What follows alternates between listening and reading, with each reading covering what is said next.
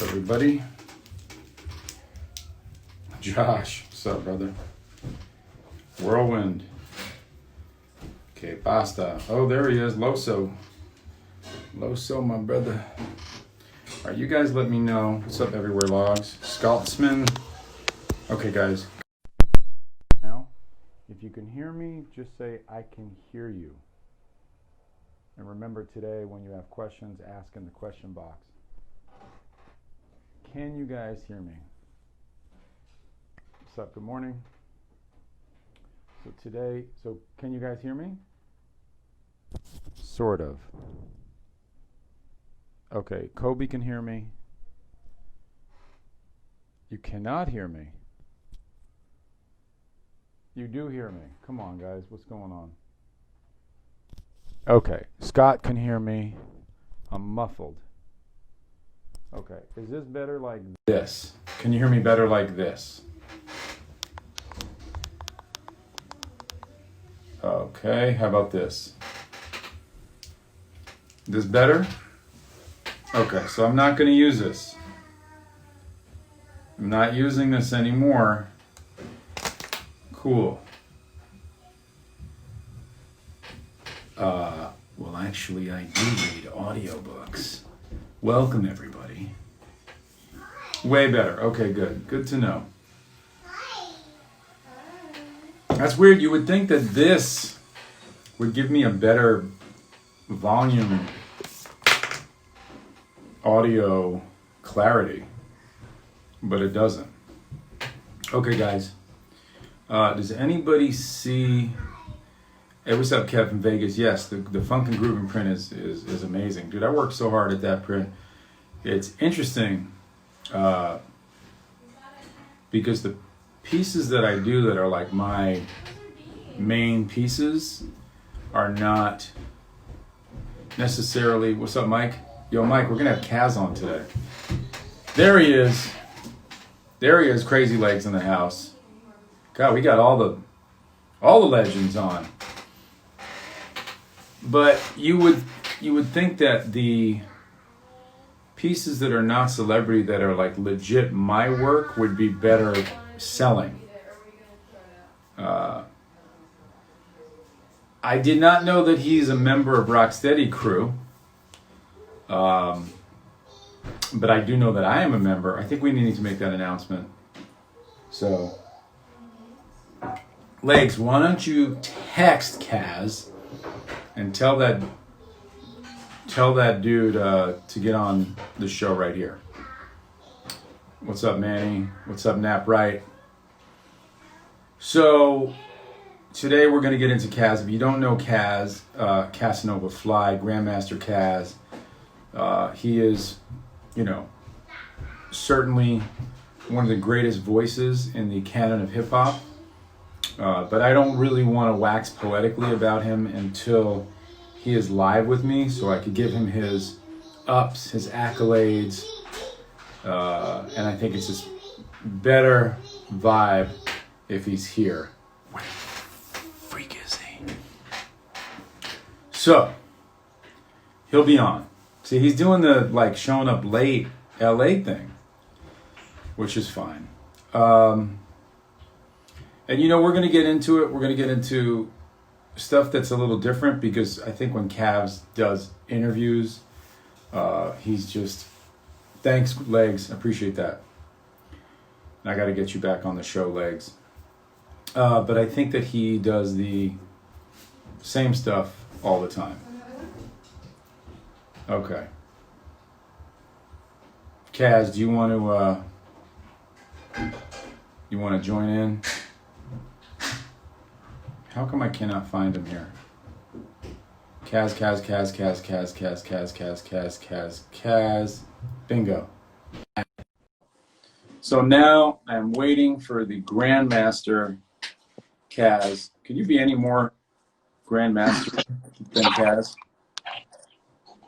What's up, Justin? What's up, brother? I don't see you yet. Yeah, I seem to be frozen. Do you have all your notifications off, your ringer off, all that stuff? Well, I'm on my phone. I'm going to sign off and sign on my iPad. Perfect. I usually don't have a problem with that. No So give me problem. one sec. Sign off. Sign off. Um, okay, we'll talk Rock the Bell. Rock the Bells. Yeah, Kaz is still on there. Oh, technology. Don't worry, guys. We're all 5G now. This has been some really weird, crazy shit happening in the world, in the 5G world. T-Mobile went down. Here he is. He's going live with me right now. Going live with Kaz. Let's see. Let's see if it works. He's on dial-up. Just kidding. Here he is. There he is. God damn, we made it. All right, what's good? What's good, brother? How you doing? I'm hanging in there, bro. So, Kaz, I'm glad you're here finally. I was trying to get you on forever on my little Instagram situation. And even Russell was like, how come you don't have Kaz on? I've been trying to get you. The last time I saw you, I was getting high with you at Russell Peters' house, and that was the best day ever for me. All right. Because to me, the best get high session is always with the people that you love so much. And I have to say my two favorites so far are you and other people like who are I can't even name them, but you know what I mean. I didn't say Kareem, but maybe I don't know. So tell everybody, like, I've known you personally as a friend. Actually, the last time we hung wasn't at Russell's; it was in Harlem at Whole Foods. Right, exactly. Yeah. We ran into each other down there. Yeah. So let's get into your story a little bit for everybody who doesn't know you, but of course they know of you. Kaz, you're originally from Boogie Down, or are you from Uptown? Bronx, born and raised in the Bronx. Okay, and where'd you go to school? That's better. I went to Theodore Roosevelt High School. Okay, Bronx. gotcha. And I did a 3-month stint at Lehman College. Now, where's Lehman? Lehman's in the Bronx as well.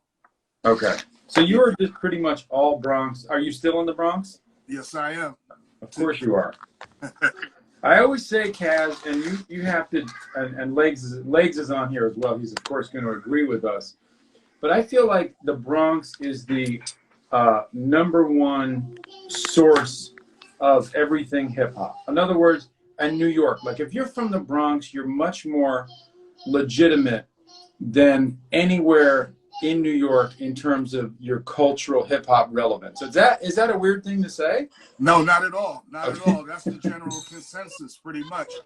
You know what I mean? If it wasn't for the Bronx, you know what I mean? But I don't think anything that grows to the extent that hip hop has can happen in any one time in any one place. Hip hop is a collective consciousness, and it happened in different places. You know what I mean? But the Bronx is the hub. You know, the Bronx is the hub of all that energy that kind of spread out early. Because there were different renditions of what would eventually become hip hop. It culminated here in the Bronx, and then it spread out as that to other places. Because, I'm from the Upper West Side of New York City, born and raised on 98th and Broadway, 2 blocks away from Rocksteady Park. And that's kind of was my hub. But I feel like if you're from Manhattan, you could still be from like 70th and Park Avenue. You can't really claim that crazy New York realness, the hip hop authenticity. But, there are parts of Manhattan, that are absolutely 100% legit hip hop. Oh, no doubt. Lower East Side, is one. You know what I mean? There's a few places, but I mean, our city is so vast and so divided, and so many different neighborhoods and hoods, you know what I mean, that things go on, and it's kind of spotted. The way information travels today is instantaneous, but back then, the further away you were from the source of something, the longer it took for you to get that information. Okay, so if something was going on in the Bronx and you weren't in the Bronx, or you didn't go to the Bronx or come to the Bronx, you didn't find out about it until it spread out, even further, or unless you visited or had someone from the Bronx visit where you were. then you were exposed to the culture early. But like if you didn't have a cassette tape, if your cousin didn't have a cassette tape or something, or you know what I mean, there were no videos of hip hop jams or anything like that. It was basically word of mouth. And the first time it escaped to anywhere else was, like I said, either by word of mouth or by those early cassette tapes. Did you grow up next to Legs? Is Legs was he close to you in the Bronx? Legs has been close to me throughout. You know what I mean? From time to time. Rocksteady started 2 blocks from my house. You know what I mean? And this is before I met Legs. I mean, I lived next to the originators of Rocksteady. You know, Joe, Jimmy Lee, and Jimmy D and them lived in the neighborhood. So I just adopted Legs. You know, like he adopted hip hop and Rocksteady. You know what I mean? As far as us living close together, I don't remember us living close to each other, like in the same neighborhood at the same time. But I mean, once we got to know each other, it was, you know, game over. perfect. So Kaz, you are okay. So I originally saw you, and I'm sure everybody on here has got to be a hip hop fan to a certain extent. But I feel like I originally saw you in the movie Wild Style. That's probably the first time I saw you. I might have seen you in person at the Rock. Did you go to the Roxy a lot? Yeah, I was at the Roxy. Okay, so I was going to the Roxy since I was like 13 years old, sneaking in.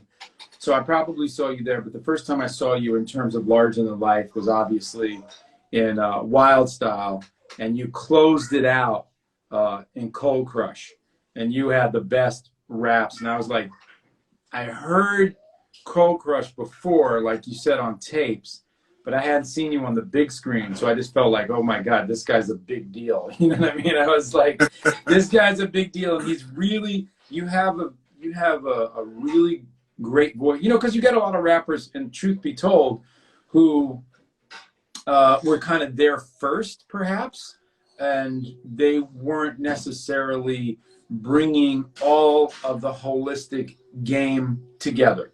So you had the look, the sound, the savoir-faire, and you had a really cool voice. And so that was the first time that I ever recognized you. And so when I got to know you later, just in life, you were in I painted you in my book because, you know, the second book I did, which was Legends of Hip Hop, was a culmination of everybody that personally influenced me as an artist. And, you know, a lot of the kids today, they can't relate to just the old school guys, the Kumo D's, the Kaz's, quite honestly, the Big Daddy Kanes. I mean, they forget quick, you know. Yeah, I mean, Biggie's old school now. Yeah, right, you know exactly. So imagine how far we must be dinosaurs. You know, if you judge hip hop by each generation, there's been generations of hip hop. Exactly. The span of a generation is so small that there's a new one every few years as far as their consciousness and culture and music and stuff like that. So they adopt whatever's around them at that particular time, and they only go so far back. That's why it's important. The history is important as far as our culture is concerned, all of our culture, but especially hip hop for me, because it's only 40-something years old. It's not even, you know, a half a century old yet. And the proponents are still here. You know what I mean? The original, all right? Handsome guy right there. That's one of my favorite caricatures of myself I've ever seen. Well, I got to give it to you for that. You know how you see a character and it's like, nah, that ain't me. It's a cartoon. That's me, man. No, I can't. I feel like, I mean, that's my whole thing, is I capture the essence of the sitter.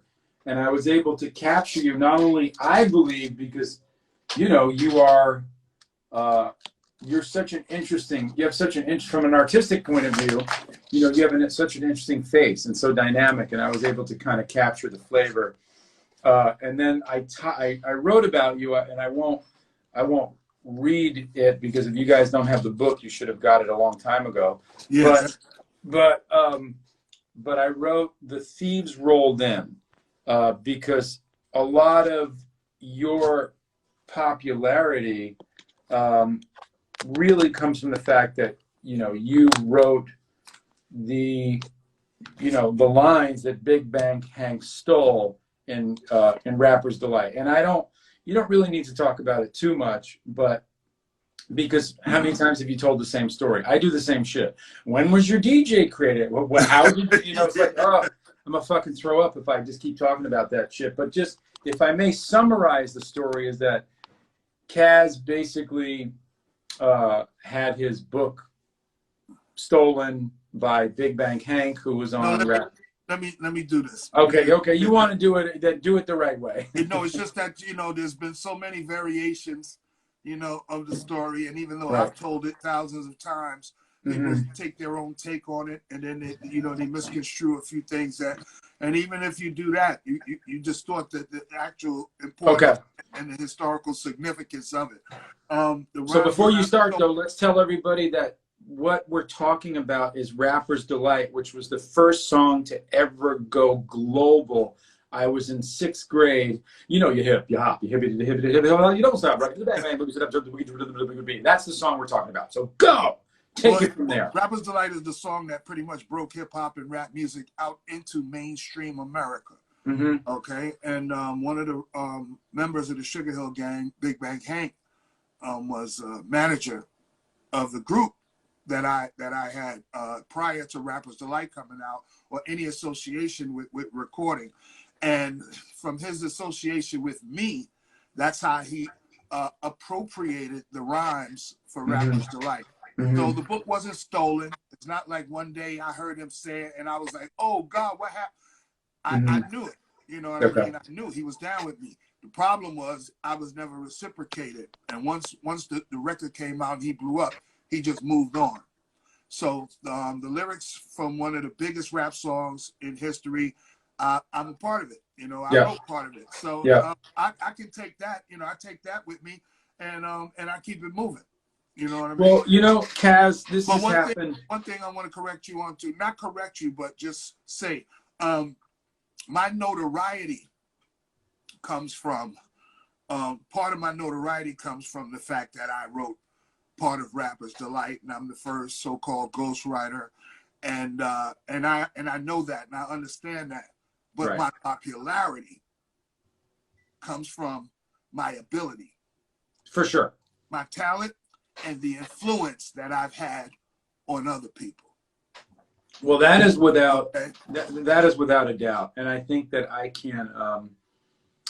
can echo the sentiment by saying that Aristotle said imitation is the purest form of flattery. So I understand being ripped off and being taken or being extracted, but the original wellspring of creativity can never be diluted. And I think that that's indicative by rappers like Biggie and Jay and Big Daddy Kane acknowledging your contribution to the canon of the culture. And that's why I thought it was important for me when I wrote my Legends of Hip Hop book to have you included with the Tribes, with the Jay-Z's, with the Crazy Legs, with the people, because you were an influence artistically in my career. And, you know, and you were somebody that just represents realness and coolness. And it's not because you're wearing shades right now and smoking a spliff. It's just you are cool. You know what I mean? You know, you are emblematic of coolness, and you come from a certain time and place in the culture. And like I said, you're legitimately from the Bronx, from a certain part of history that people want to know about, that people want to uncover and explore. And perhaps, you know, you're not known by the kids necessarily these days, but I believe in 2020 hindsight, when there is a comprehensive understanding of the universal culture, people will have, you know, an understanding of your contribution in the timeline. And they're teaching it now, you know, but I think that everybody needs to know because, for example, I have a 15-year-old and she's my daughter, so she knows, but all her friends are only listening to DaBaby, Lil Peep, maybe J. Cole. I mean, Kendrick is now old school to them. Like, she's like, yeah, Kendrick's cool, but like, you know, he's kind of like, and you're just like, what? Like, You so notice how fast the changeover is now? faster than it's Faster exponential. than ever. I mean, your longevity in this thing is minute. It's minuscule right now. Yeah, It's out with the old, in with the new content, yeah, constantly. yeah. Nothing gets to be classic. Nothing gets to be, you know what I mean, old or legendary. It's just, you know, it's like It is the same thing. Art is a little bit more like molasses, so it's slower, but it's also not acknowledged in in a certain mainstream way, so you can get away with art more. But you know, every once in a while, I'll release my DJ, and people, oh my God, I never saw that book. That's crazy, and you're just like, that's out since 2001, and you're just discovering it now. Like it's weird, you know what I mean? that was like the first, you know, that I mean, for me, I mean that DJ joint, that was like, yo, that was it, man. Like this guy knows hip hop. He captured hip hop like, you know, like he captured the shit, man. Well, Artistically, not with a photo, you know what I mean? But and that's a whole nother energy right there, man. So yeah, I've been a fan of yours since I saw your first paint. okay, so I'm going to record that part of the clip, Judith, and that's the one we're going to post. That one right there. Thanks. So, but also, you know, it is true because what I did was I found the narratives intriguing to paint in a historical context. In other words, you always had artists painting the popes, the kings, the aristocracy. That's what they did. They were interpreters and historical record holders that painted the indelible moments or people of their era. So that's what I thought was important for me, but I was painting the narrative. So like no one painted a b-boy scene, no one painted a DJ. And it was a very weird thing to think about doing it because when I first told my distributor that, he was like, that's a terrible idea. Who's going to buy a hip? No one cares about that. I was like, just give me, you know, just give me a shot. So I was the first person to do it. And luckily it was widely distributed because look, I could have been the first person to do it and there was no distribution and no one would have known because I would have created in a vacuum. Tell me about it. Tell me about how many things, you know what I mean, that you can do that never get out, you know, the way, you know, they should, but somebody else saw it or somebody else picked it up or somebody else, you know, and ran with it or whatever. So yeah. But that's one thing somebody can't take from you. They can take your idea, but they can't take your hand. They can't take your eye. They can't, you know, they can't take your stroke. You know what I mean? That's something that's artistically, you know, is more, you know, like it's more solid. Like you can copy, but you can't take it. You can't be me. You're not. Yeah. Well, that's what I always say. You know? You're only as good as your next painting, and you don't know what's in my head. And so that's what I have to do. I have to beat you to the idea and the execution of it. And you might have, you know, like, you know how it is. I mean, it's the same shit with radio play. Somebody comes out, they could have the, like I was doing the music. I was going to direct the music video for the Lil Wayne, Nicki Minaj song that I thought was brilliant. It was on Lil Wayne's album. But it just didn't get popular. It was just weird. It was like you got Lil Wayne and Nicki and on the new album, but Lil Wayne is just past his like insane popular. He's popular, but he's past that point. Right. And they didn't want to finance it after I'd worked a lot on all of the storyboards and I came up with this crazy, amazing animation idea.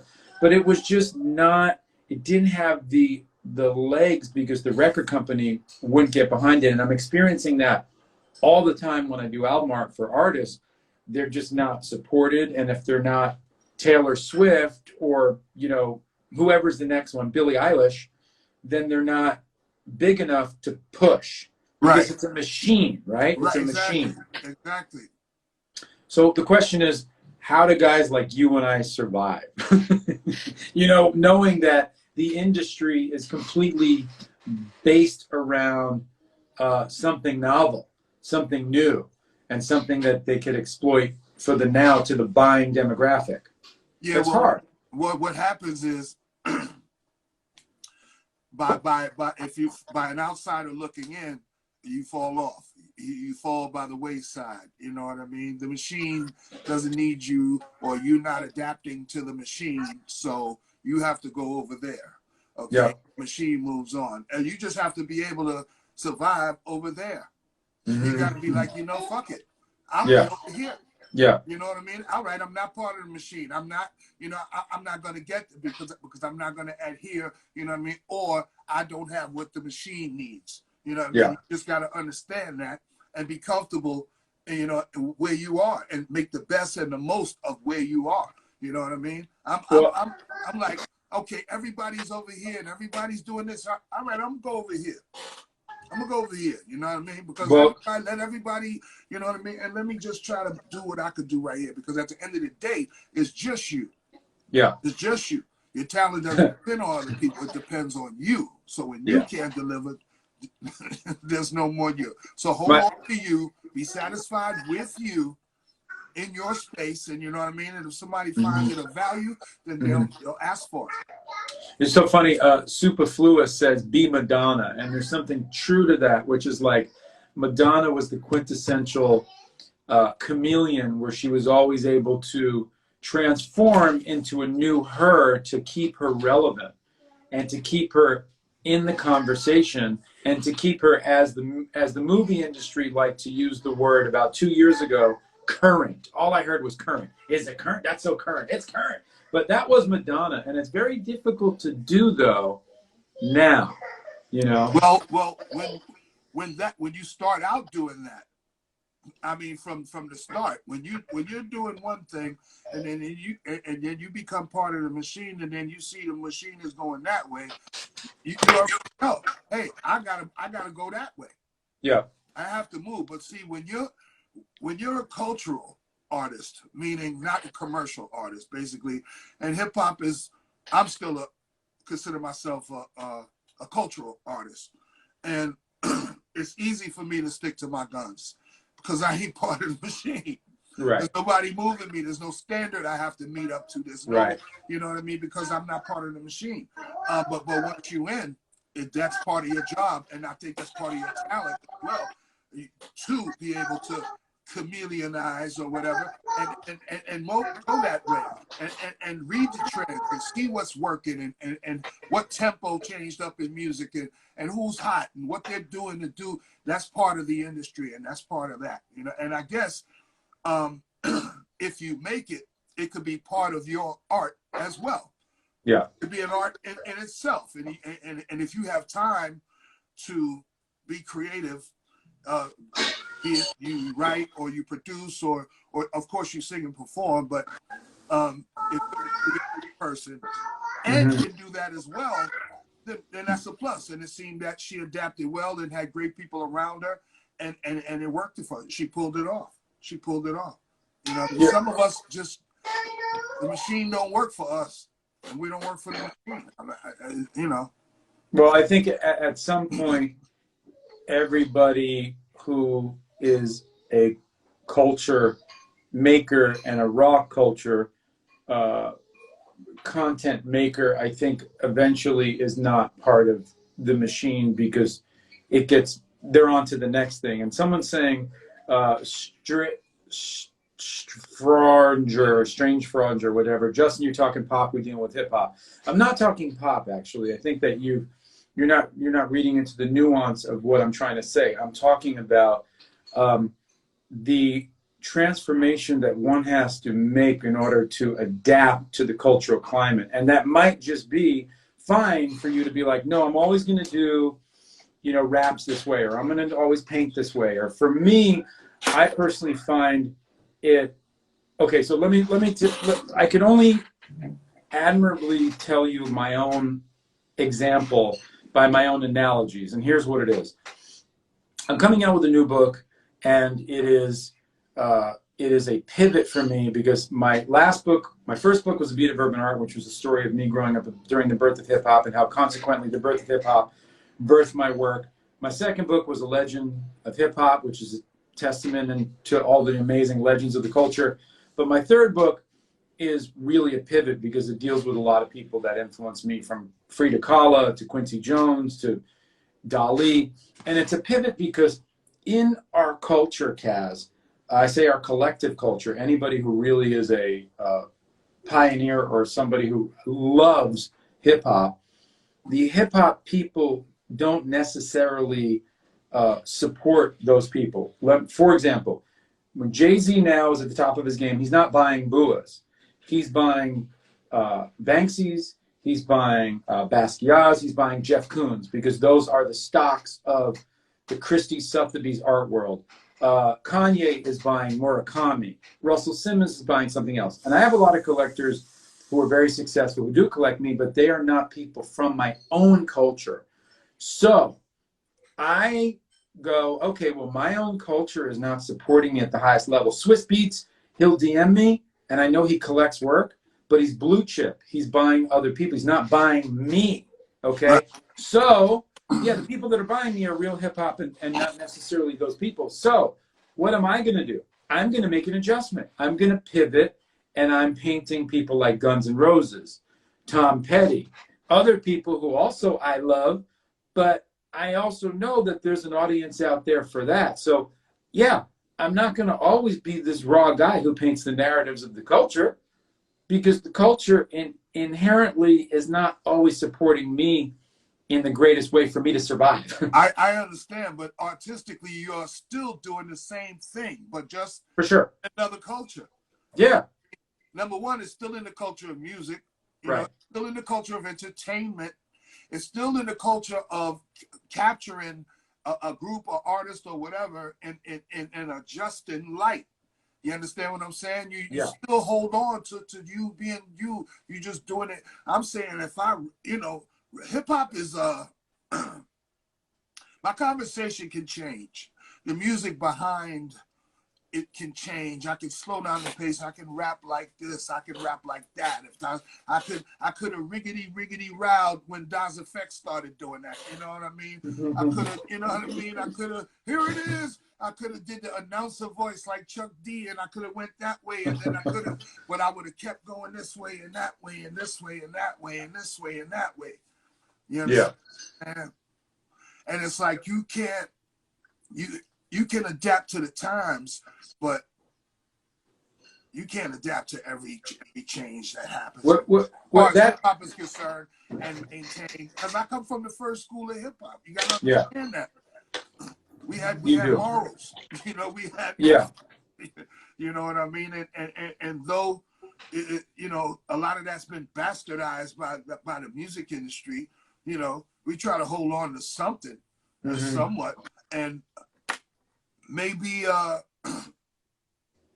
where we are has a lot to do with how we deal with things and how we think and what we adapt to our environment. If I was Kanye, if I was, you know what I mean, I'd probably have a different attitude. I'd have a different, agenda. I'd have a different everything. You know what I mean? But I'm Grandmaster Kaz. I'm in the Bronx, New York. Place where I'm born and raised. You know what I mean? I've been a part of hip hop since its inception. You know my influence. You know what I mean. But this is where I am. So my attitude reflects, where I am. Kaz, I have a couple of questions. Let me just post them.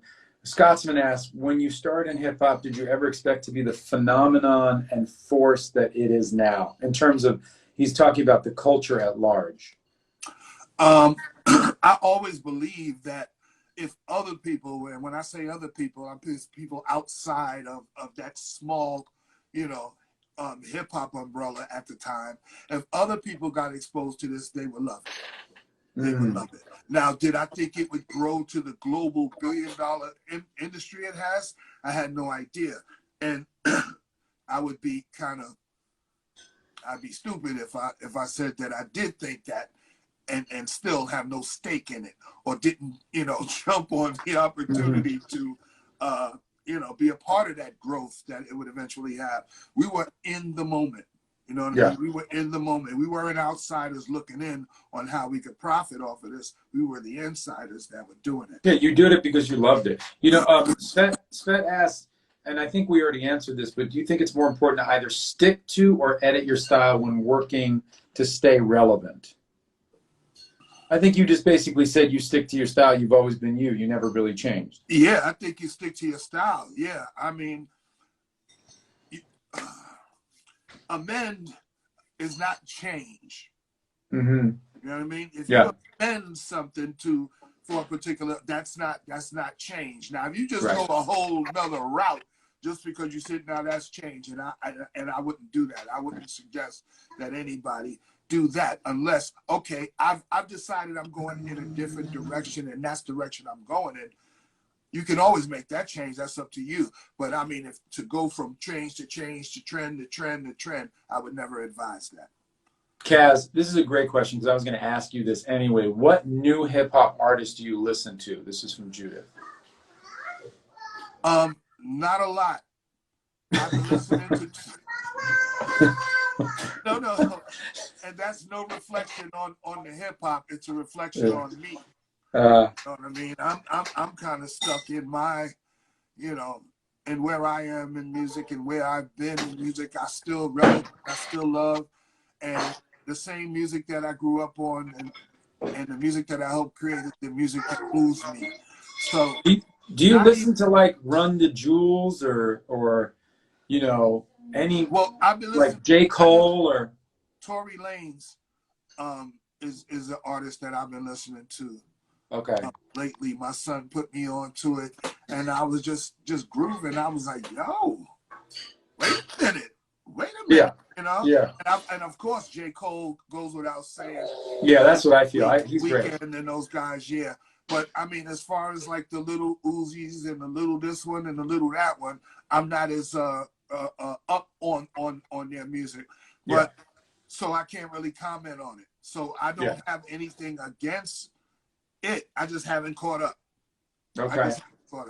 Guys, you got to leave your comments in the question box, but I'm going to ask what Strange Finger Four Fingers says, which is, what's your favorite hip hop album of all time? I could never say that. I would never pigeonhole hip hop albums that way to try to pick one over the hundreds or thousands of hip hop albums. I mean, I don't have thousands of favorites, but way more than one. Okay, so yeah, but a few of them are, of course, It Takes a Nation to Hold Us Back by Public Enemy, Rakim's first album, first, Big Daddy Kane album. I mean, it's just too many. It's just too many to. There's so many, and so many important albums. You know what I mean? The KRS albums, LLs. You know what I mean? So many that have contributed to why we keep doing this. Because if the next generation had been total trash, hip hop wouldn't have lasted. You know what I mean? They had to keep it going. So yeah. Okay, well, I'm going to blast through some of these questions fast. Graffiti artists are just now getting recognized as artists. Is this thanks to hip hop? Of course, I mean, yes, I would say yes, but it's also thanks to, people who I might not love, but people who are cultural influencers who've been able to monetize the culture, like Roger Gassman, who've been able to take his friends and those people and put them into museums and sell them in the fine art world, for sure. Whirlwind Dreamer asked a great question. Do you still ghostwrite? If not, would you? Of course. Okay. Yeah. So you're still doing it. Yeah, I still ghostwrite, and if you need something, holler at me. Yeah, exactly. Hey, don't be. Listen, I was with Neo at a company called Sideshow that makes statues, and what is that boy band group, man? The Asian kids, man, they're huge. What is that group? No, they have like what are they? BTS. And they're like one of the biggest groups in the world. He was like, man, I want to write for you guys. He was like employing it. And look, everybody, Neo's written for, Rihanna and Beyonce and Mariah Carey. And he's like, yeah, I'm whatever. I'll keep work. People want to work. You know what I mean? Of Thank- course. I mean, People want to work. I get request emails or whatever. Listen, I'm having a show at such and such. You know what I mean? And I was just wondering if you wondering. Hell yeah, that's what I do. Yeah, exactly. I perform. I write. I you know what I mean? I was just wondering if you goddamn right. That's what I do. Yeah, I mean it's a collab. So Toygami asks, how do you feel about ghostwriting in hip hop now with the artist claiming to be authentic?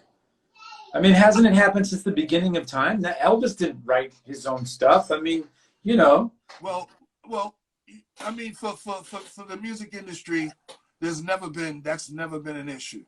Right. Because the music industry is collaborative. Right. So there's somebody to handle each proponent of music when you're making music, and especially for commercially. So there's a writer, there's a producer, there's an arranger, there's a composer, there's you know what I mean? All these different come together. But hip hop was just, it was raw and it started from nothing. Yeah. So there were no rules or anything. You go on the beat, I get on the mic, that's hip hop. Yeah. Okay, what hip hop song hits you every time you hear it? And then they said, bro, but let me tell you what hip hop song hits me every time. As a popper, Planet Rock is out of control. Like, I feel like I have to do two things: kill somebody, dance. I mean, like the electricity is infectious. It's Planet Rock. It's Just Begun, which is, for me, and I can't even tell you that is hip hop though. I mean, Just Begun, Planet Rock, Tour de France, and there's so many. But you know what I mean? It's and some of the Beastie Boys songs still, man. I was listening the other day to Beasties, and I just the energy. Play at your own risk. Thanks, El Tigre Bacano. My friend Jason Andor is a comedian, legendary. Play at your own risk too. What are yours? Jimmy Castor for sure. Apache. Of course. That's top three. Especially for breakers, that wants you just want to spin on your head on concrete and kill yourself because it's so intense. Apache. I want to spin until I fucking break the concrete. That's Apache, I mean, is synonymous with hip hop. You can trace its roots back to, the old spaghetti westerns from the original version of it. But for hip hop, Apache is the consummate. What else besides Apache? Because Apache's incredible. Give It Up, Turn It Loose, James Brown. Okay. Anything James Brown. Call it Sex Machine, but Sex Machine is another record. Sex Machine is get up, get on up, get on up. That's Sex Machine. Give It Up, Turn It Loose is clap your hands. Stomp your feet. Clyde. You know what I mean? That break come on that. And it's the live version from the Sex Machine album. So the names get confused. But Apache, Give It Up, Turn It Loose, and he just took the word out my mouth. The Mexican. The Mexican, okay. Yes. Okay. And how sing us how the Mexican goes? How's that go? The Mexican is strong, Fernandez, stricken on the gun. Jesus, Santa Ana, flashing in the sun. Drum so loud from both sides, make it hard to breathe. Cruising, calling hard and fast, makes it all seem real. Morning. Sad morning. You know what I'm saying? How come those songs are like that? Like in Crazy Legs, I want you to jump in because he's on the thread, but why are those songs so fucking... It's something about them that hits your heart chakra and it sends jolts down your spine. At one time in your life, at a very impressionable time in your life, those songs moved you. Those songs were important to you. Those songs made you go somewhere to hear them. You You understand? And then when you became a part of it, for me anyway, when I became a part of it, and I got to not just listen to somebody play that, but play it myself, and the effect that it has on the crowd and on the person, it never lost. You know, I never lost that feeling. So when I that record, it brings all of that back. So those, group of records, set of records, influenced me at a very, important time in my life. So they stick with me. So those are the ones that when I hear them, takes me straight to the beginning of hip hop. Yeah, it's a very weird thing, and I would love to break it down in a biophysiological way. Like, what is the neurology of those? Because I don't think it's just the fact that it represents our past. I feel like anybody can hear that now and be like completely woke. It's like waking you with the seeds of truth. I know you're saying the same thing as Legs. They represent our childhood and deep history of hip hop beginnings, but I think it's more. I think it's universal. I think the kids now from Sweden. I know what you're talking about. You're talking about sonically. Yes. That's what the music does to you. Yes. That's how that song and those songs do. And I understand that if you're open to it. Yes. You got to be open to it. But if you're, you know what I mean, if you're already in the program, and especially here, especially domestically, I'm talking about in the States. Yeah. You know, how our music changes over so quickly and so fast that you never really get a chance to latch on to anything. Over there, historically, not today as much because they get music instantly like we do because of the internet. But back then, Europe got their music after music was already permeated here in the States. So they were appreciating music that we had moved on from already. You understand? So traditionally, they were still appreciating music from like a generation or maybe 2 generations ago. Yeah, that's interesting. So, I remember. I mean, I'm sorry, I didn't mean to cut you off. No, it's okay. I mean, but basically, that was my point. I think that's why they have a more of appreciation for what went on prior to what's going on right now. Yeah, I don't know what it is. If it is probably an amalgamation of our childhood with a sonic infusion that somehow activates our brain heart chakra into excitement, and it's different, it's unique, it's exploratory, and it just makes you want to fucking dance, man. I mean, it's just crazy. Yeah, but I mean, you can do you can do a test and like put a few different generations of people all in one place, and then throw on Sex Machine and see how it moves each generation. You know what I mean? It's gonna be crazy. It's gonna be it's gonna be like, oh, that's that, and then it's gonna be fuck is that. You know what I mean? But I think the fuck is that is more and I agree with you, but I think the fuck is that is more of an indication of how degraded culturally people have become because of so much bad. It's like, GMOs in food. I mean, your microbiome is going to want to eat sugar and carbs and genetically modified organisms. See, because the good microbiome is like, no, I want fruits, I want plants, I want organic, I want from the earth or wild food. Right. And that's the same thing with good music. Your good music side of you wants James Brown, wants Apache, wants the Mexican, and the bad side of you wants some crazy mumble rap, motherfucking shit,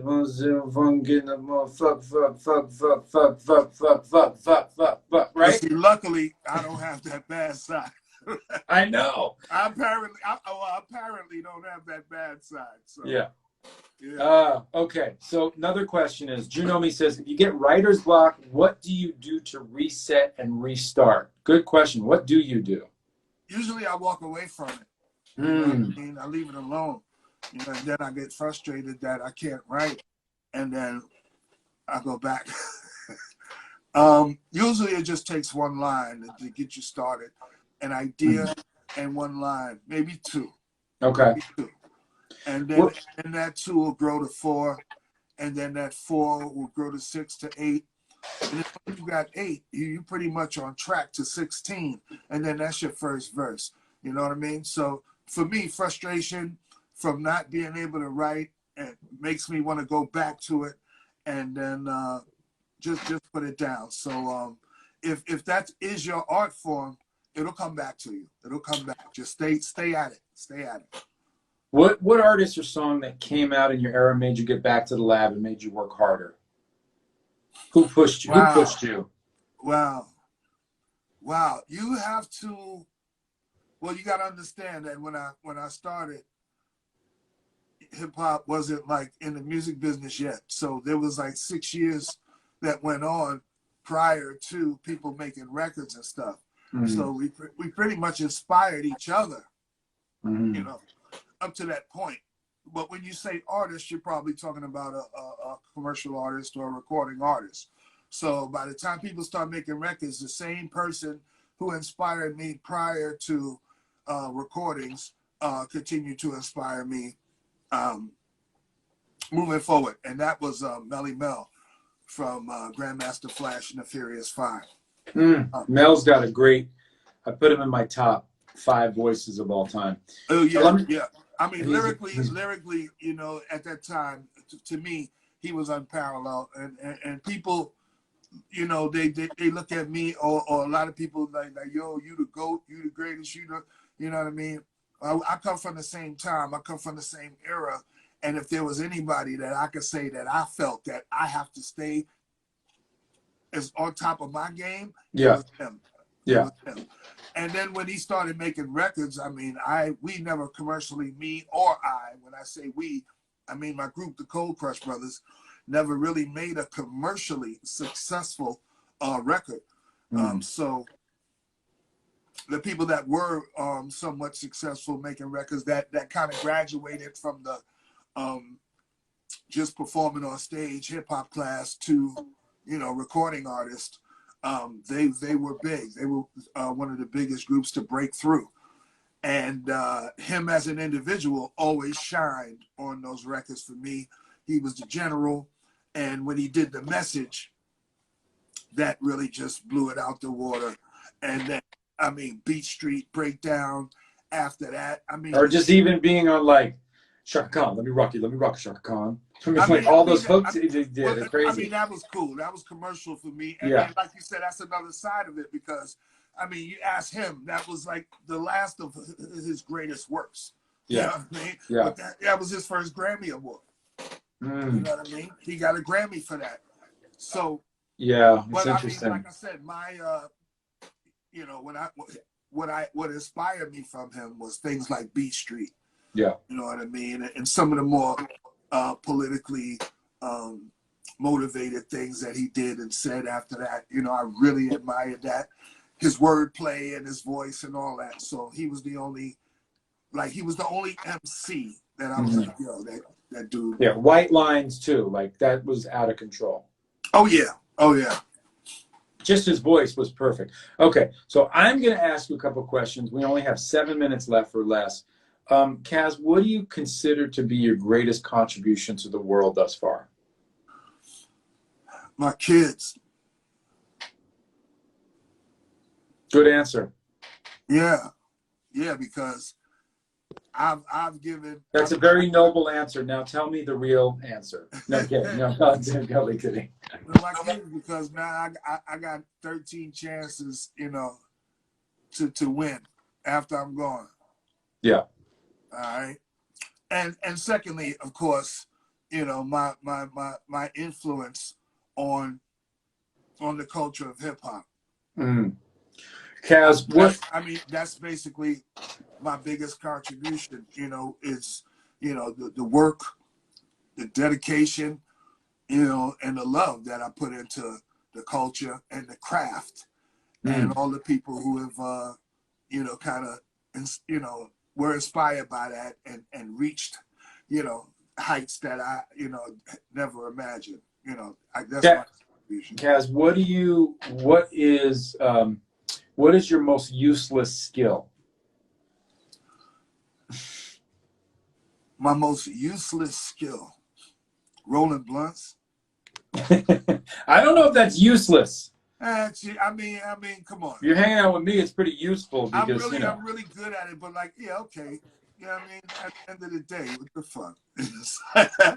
Okay, so kick the drum major. Next time, just leave it in the box. But he asked both of us, what is your favorite hip-hop movie ever made? To me, I'm going to name 3. It's Wild Style, which, of course, Kaz was in. Style Wars. Were you in Style Wars? No. Okay. Style Wars, Wild Style, and then I would have to say Precious Kids, just because I'm such a B-boy fan that movie really captured it. So what's your favorite hip-hop movie of all time?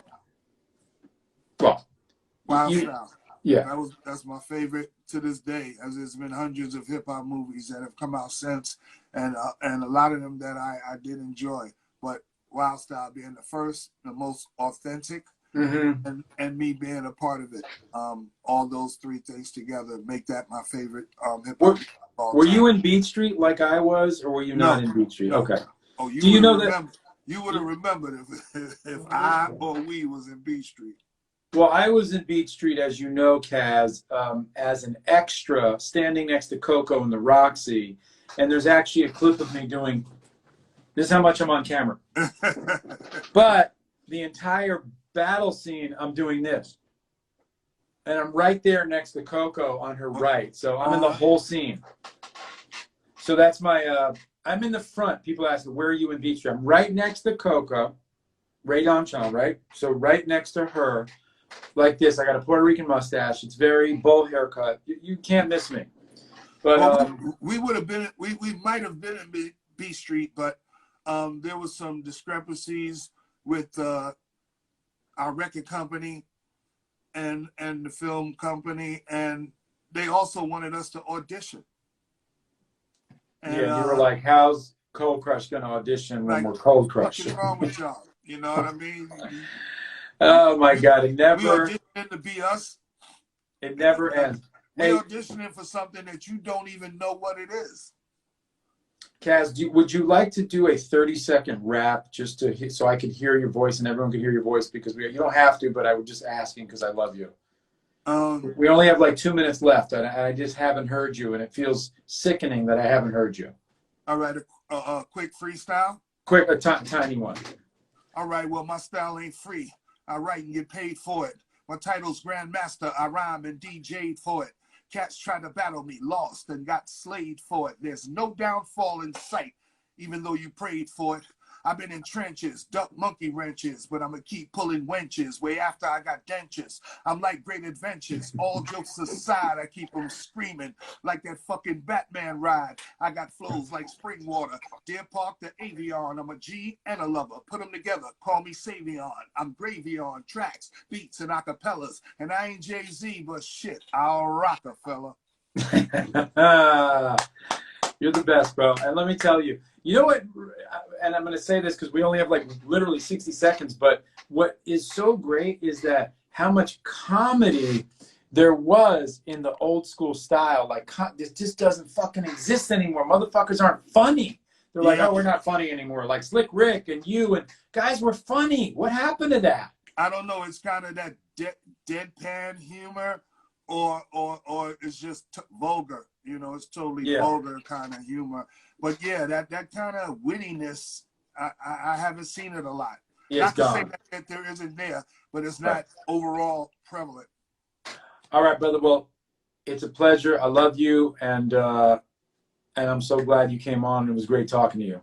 No doubt. Anytime. You already know, bro. All right, guys. Peace. Thanks, everybody, for listening. And this will be on all day. So tell it all. I mean, it'll be on forever. It's on Insta Live. So tell all your friends to check it out. Grandmaster Kaz, the legend, and one of my heroes. Take it easy, brother. One love.